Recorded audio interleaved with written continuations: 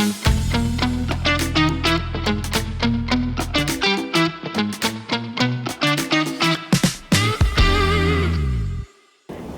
everybody, this is Emily Lau of the Democratic Party. Welcome to the program. Today I'm very happy and very privileged to have Tom Grundy, the editor-in-chief of Hong Kong Free Press, coming onto the show. So thank you very much, Tom. Thanks for having me. You were the first on our podcast along with Regina, so I hope I'm not the last on your TV show.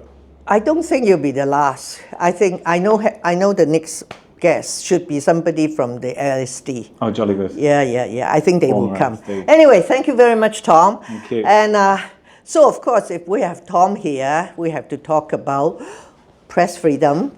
But before that, we talk about, because he said this is the 10th anniversary of the Hong Kong Free Press. So, Tom, you are a survivor. So are you. We're the great survivors. Actually, I think you asked me, you say, we're both, people kept asking us, hey, how come you haven't been arrested? So How long have you got became, how are you still here? I think we're sick and tired of these questions, so I won't ask you. Yeah. But if you look back to the last 10 years, which is the most memorable moment of the Hong Kong Free Press? Just one moment, huh? The moment. Well, of course, it was all the What? tear gas, pepper spray, and upheaval of 2019, because that was our big kind of rebirth. Yeah. Our traffic quintupled to like 5 million. We got a surge of support and donations, but we were one of the few on the very front lines. Before then, What do you mean a few? I'm sure. In English. In English. Excuse me. Where was the South China Morning Post and CNN and BBC? Come on, I Well, think they will throw rocks at you. Live streaming from the front lines. Oh, I live think streaming. it was pretty lonely, to be honest. There was someone, not English, a lady who's always she's in prison now. Gwyneth? You know Oh Gwyneth? yeah, Stan News. Yeah, They were up at the front too. Yeah, she was beaten up at the railways, the Yuen Long Yuen stay, Long. like together with Lam Cheuk Ting and others. Anyway, so that was, so it's all gone now. Do you feel very safe and comfortable without the great. tear gas, without the...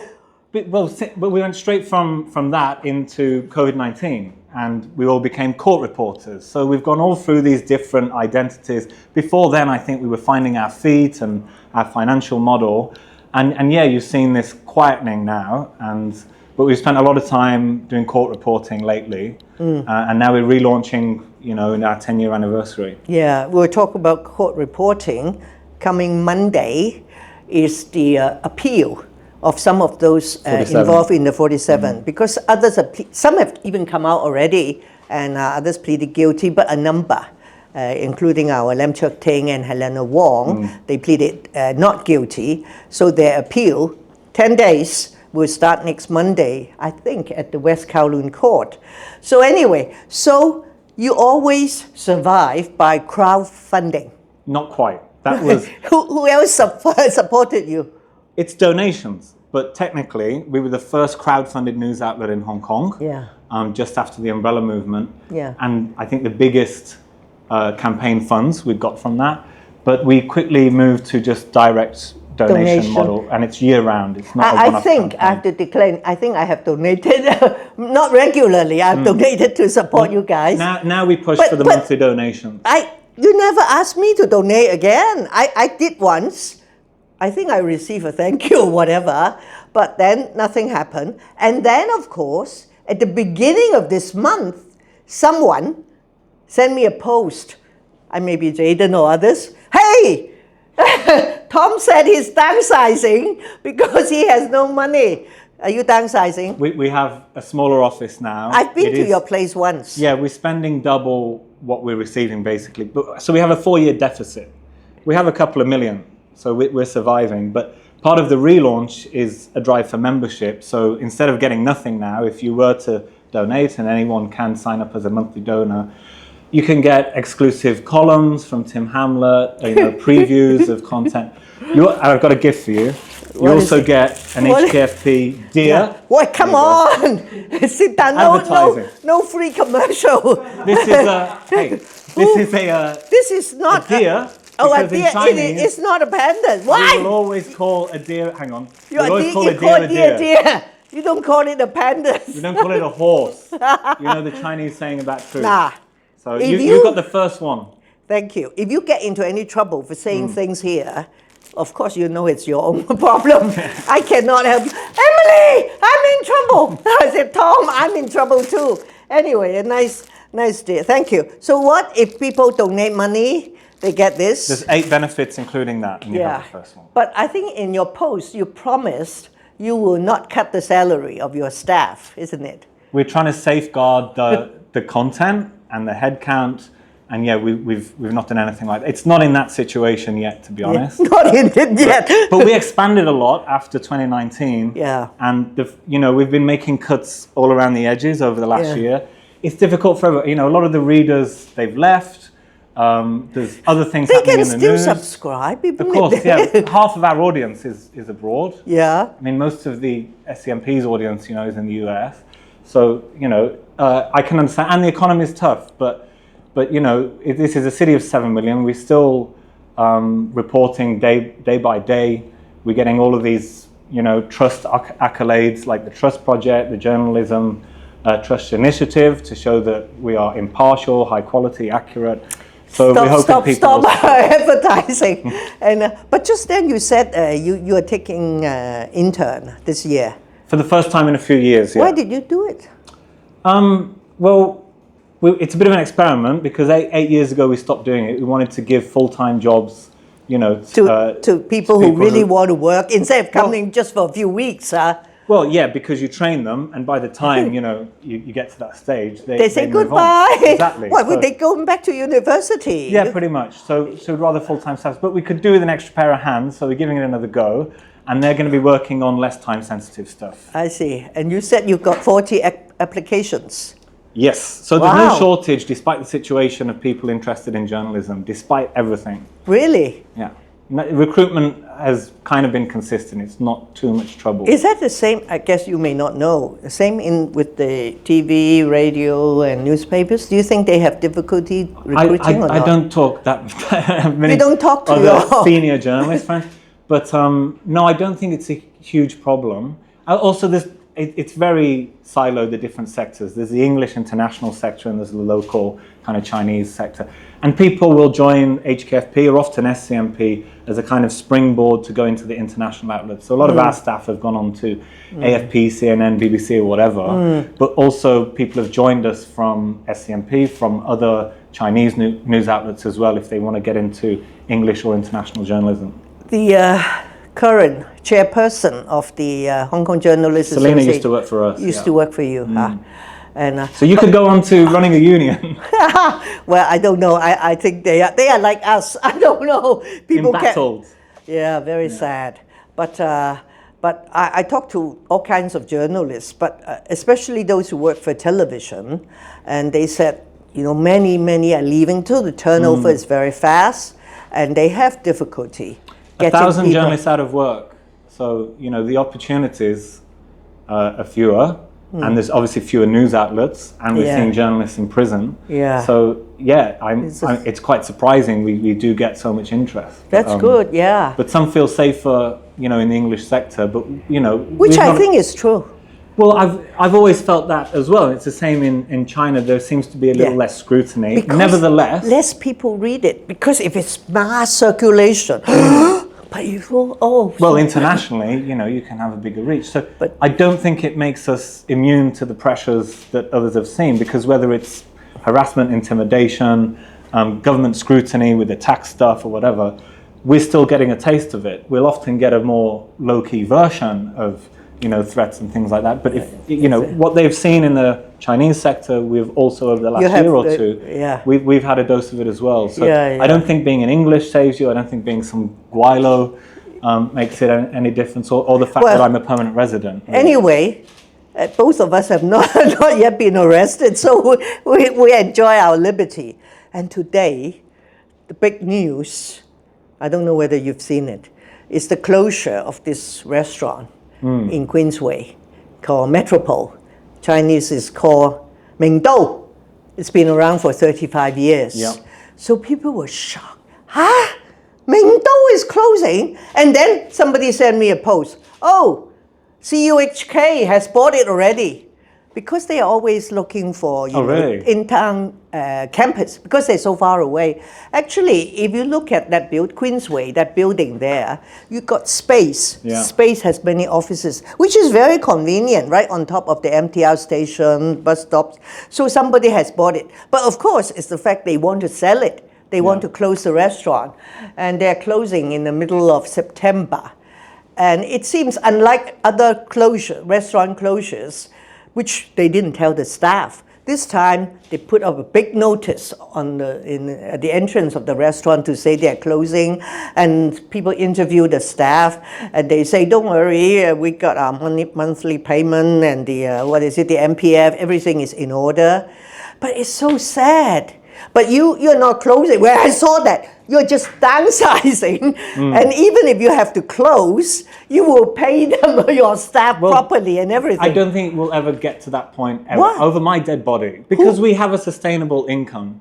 We are just spending, more than we've got coming in. And we do have savings to get us through the next year or so, even at this capacity. But we're working it out. This is a big relaunch to shore up support as well as cut some of the costs. So, so where is your... We will say if we're in a desperate situation, but as urgent as it is... Where's your new office now?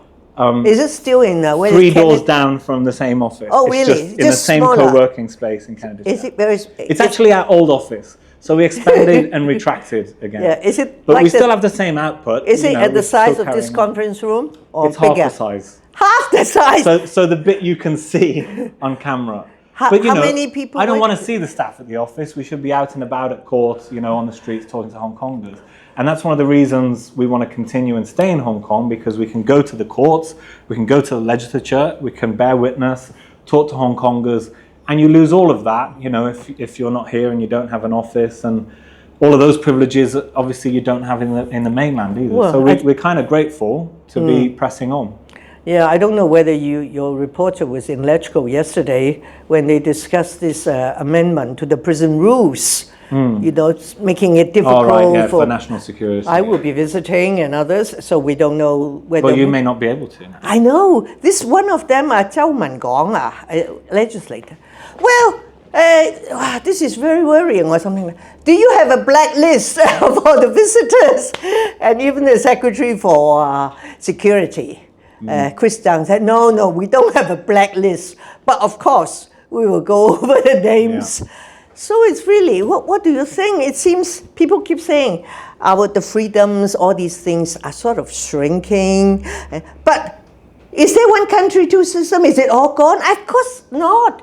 Well, if it's all gone, how can I be interviewing him today here? But what do you think of the shrinking liberties and all that? Well, it's from a journalistic press freedom perspective, it's certainly not what we signed up for 10 years ago. And 20 years ago, when I came to Hong Kong, I think the most impressive thing I saw and that I love the city for was its very rich, colourful carnival of civil society. Yeah. You walk from Victoria Park to Central on July 1 and you will see every possible cause imaginable under the sun, from No Smoking Alliance, Save the Dolphins, some radio station, some union. It was an absolute extravaganza of civic engagement that we could only dream of, where I'm from in the UK. So you cannot deny, as much as the authorities will say that nothing's changed, that things have changed and it isn't the city it was. And all I can say to that, without expressing too much opinion on it, is that it's obviously very sad and very different to what we have known for most of Hong Kong's post-colonial history. I know. I used to, on this program, quote the Lonely Planet. And because at one stage, if you read the Lonely Planet, if you're a traveler, a tourist, go to Hong Kong. Why? Because the city is so colorful. They have demonstrations, marches every day. And they are all so safe and so peaceful. That's what it said. I don't know what it says now. We have to go and get a copy to see if Hong Kong is still on it. And then Mr. C.H. Tung, who you remember, our first chief executive. Hong Kong is a city of protests. I said, C.H., well, you should ask yourself why. But in spite of all that, C.H. Tung, Donald Zhang, C.Y. Leung, who is on the news all the time now, and Carrie Lam, they were very unhappy. But they allowed the press, allow us to demonstrate, to do all that until after 2019. Because before that, Kerry was very upset. CY, of course, upset. But still, do you remember them cutting down on your freedoms? On July 1 or 2, after you'd see those mass protests every year consistently, the government, and you can go and read it still, would put out a press release, and often they would say, this is a city of free expression protest. Yeah. It's funny you mention The Lonely Planet, because a couple of weeks ago, Chris Tang, the security chief, said that national security should be Hong Kong's culture. It should be it should be in everything. And I just thought how odd it would seem to see in the culture section of The Lonely Planet that this is a place where their culture is national security. Yeah, really. So these four former chief executives, they allow all that to happen. I remember one occasion, Carrie Lam, she went to a Chinese newspaper. There was a special interview, and she turned up there. I think everything was set up. She walked in. Oh, where is so-and-so? Name of her journal. Oh, she's on leave today. Ha! I was going to scream at her because of what she wrote about me or something like that. See? But she still went there, and the interview continued.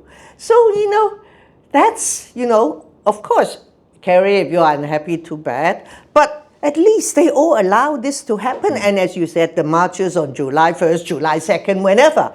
As CH said, we have 5, 6, 7 demonstrations every day for years. Now it's all gone. As many people said, this is not the Hong Kong that we're used to, isn't it? Well, the topics, either when you're reporting on them or if you're part of that section of civil society, like the environment, like gay rights, these things were considered, softer, safer kind of subjects. But even those, it seems, in this era of tackling soft resistance, they're also becoming controversial, and they're having to become a little more low-key. Yeah, you mentioned the word soft resistance. Is this interview soft resistance? What is your definition?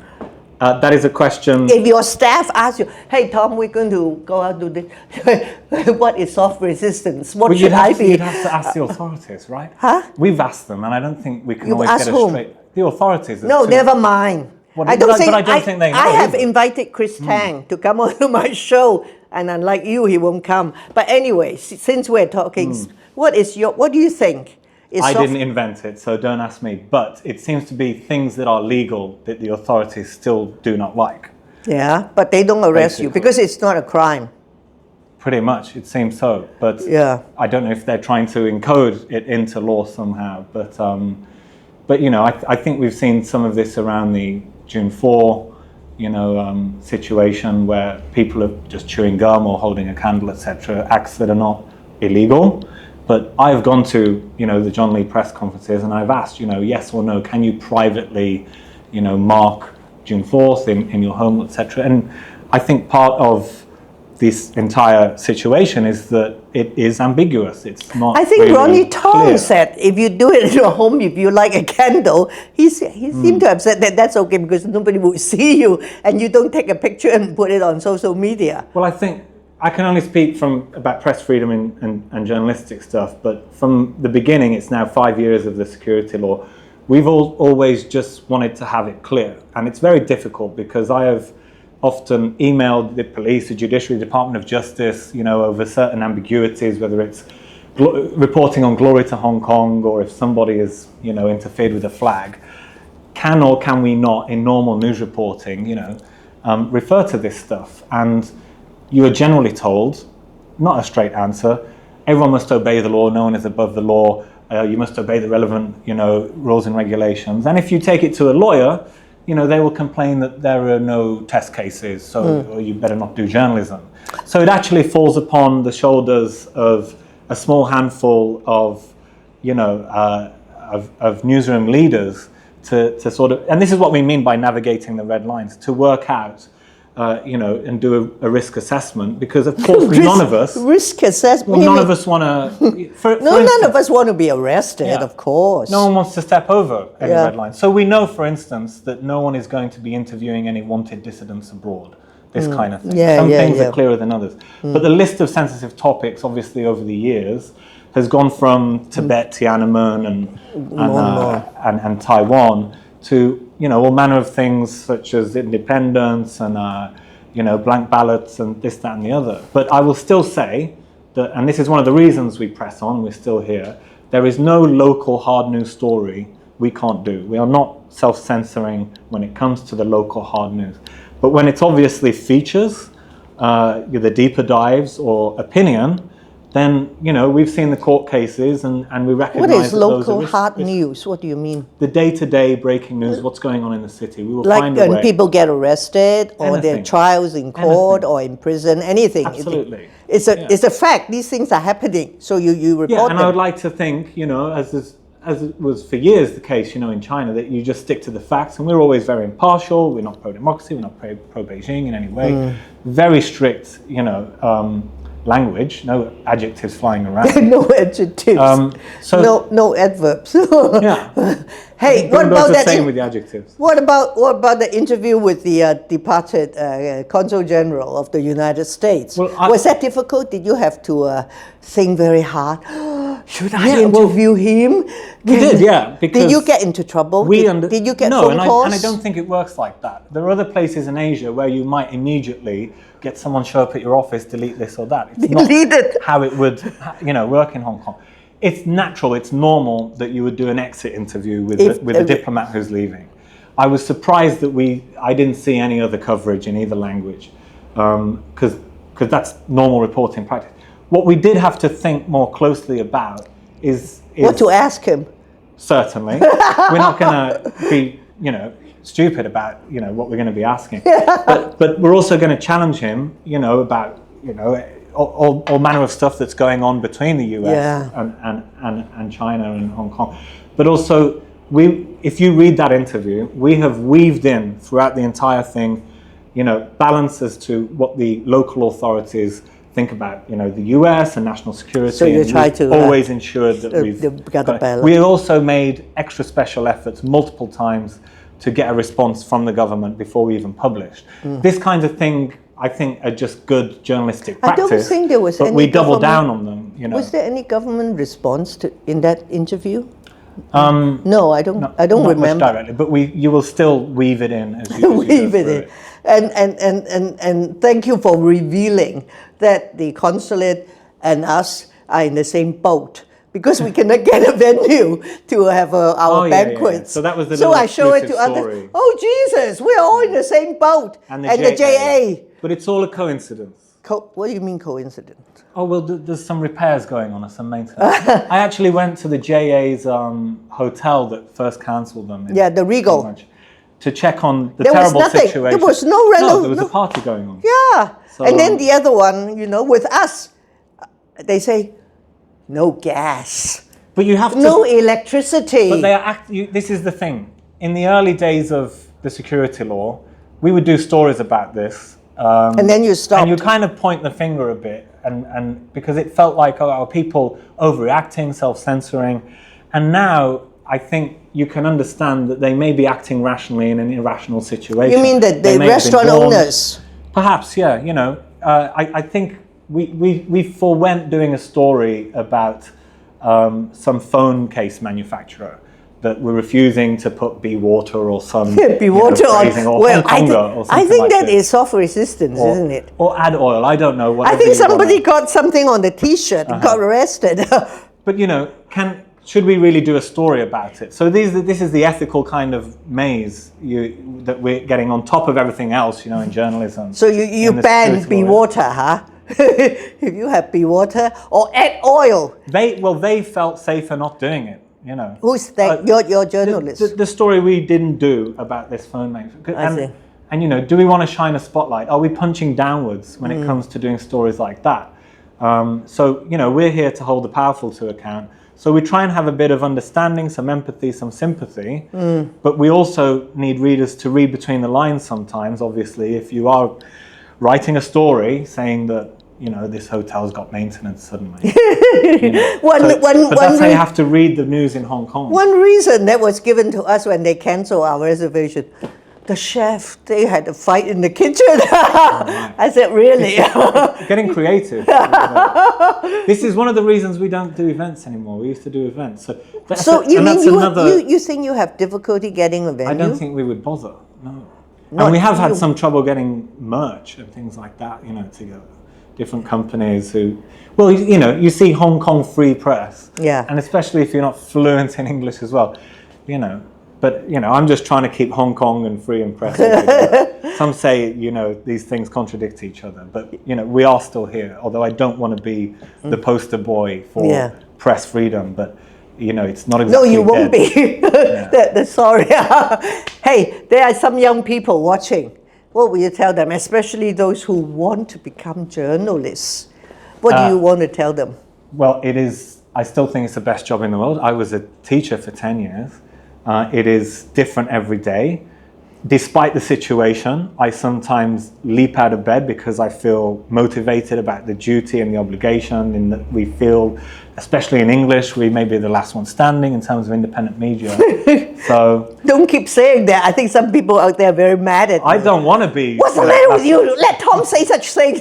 Well, who else is as independent, I would say, or transparent, you know, in English? As in English. So I think I'm sorry the SCMP is not here today. Well, they're owned by Alibaba. And then the Standard is owned, you know, by Tsingtao. RTHK is government backed. So I do feel that if they come and beat you up, don't complain. And I do respect all three of them, you know. You respect them. He respects you. Don't quote me too much in Iceland. Because he doesn't mean it. Anyway, there's room for all of us. Nevertheless, I do think that we are the most independent by far in English. You know, have you tried to get an exclusive interview with the government from John Lee or others, or have you not bothered? I've regularly asked. Put in. But no, actually, nobody. Funny story. No, we don't. Twice a year, on average, we're getting even, you know, our questions in at the John Lee press conferences. But they don't ignore us, and we do get responses all the time for our general inquiries. But not a sit-down interview like this. No, you don't want it. Why not? But have you asked? Yes. And did they turn you down? When John came in and Carrie went out, you know, I asked them personally, lobbied, because I don't think there's anything to fear. Get out of the safe space, you know, of TAC and POW or whatever. There's nothing to fear. But questions. Did they say yes? Nobody said. No. Busy. Busy. But this is what I did do I about a think year John Lee ago. gave quite a number of interviews in the past few weeks. He does speak, I think, to FT and some of the financial papers and things like that. So it's. Do you want him to come onto your show? I don't have a show, but we would love to create one for him. He will create a show for John Lee. We have a podcast. It's Sleeping. Yeah, I've been on it. It's very nice. You and Regina were the first ones. Yeah. About a year ago, Emily, because John was echoing Xi Jinping about 8-10 years ago, said, you know, the media should tell a Hong Kong story. So I wrote to about a dozen different departments, and in good faith, because I don't want to be all doom and gloom with our coverage either. I asked the HKO, the observatory, can we go to one of the colonial lighthouses? I asked the Lands Department, can we profile a government cartographer? I asked the Drainage Department, can we go and tour one of the big, sewage plants or whatever. About 12 different departments. They all said no. Yeah, refuted us in some way. A couple said yes, and then they changed to no.